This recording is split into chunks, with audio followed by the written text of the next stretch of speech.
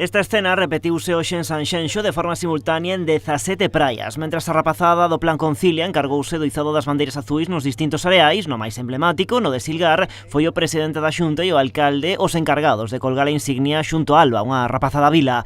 O municipio repite como o Concello de España con máis distintivos, revalidando os que xa tiña. Fai 25 anos en Sanxenxo había solamente unha bandeira azul, que era a da praia de Silgar, onde nos encontramos. Afortunadamente, polos esforzos que facemos desde o Concello, apoiados sempre pola Xunta de Galicia, conseguimos chegar a ter 17 bandeiras azuis, que son as que se están izando hoxe ao mesmo tempo. O alcalde explicou o esforzo que supón manter esas 17 bandeiras azuis, un distintivo, explicou, que acredita a calidade das augas e a limpeza, accesibilidade e servizos dos areais.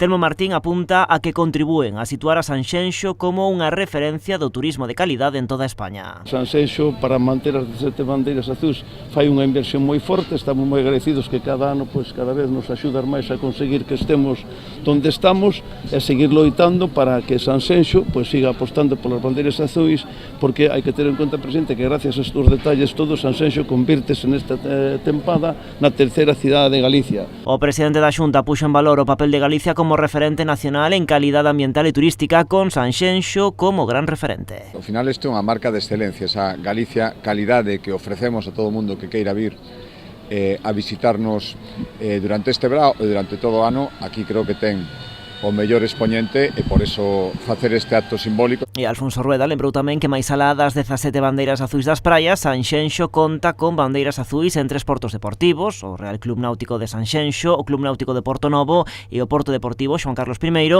e un centro azul, o Centro de Interpretación das Telleiras. Ademais, é tamén o concello que conta con maior número de sendeiros azuis de toda España, cun total de 8 rutas.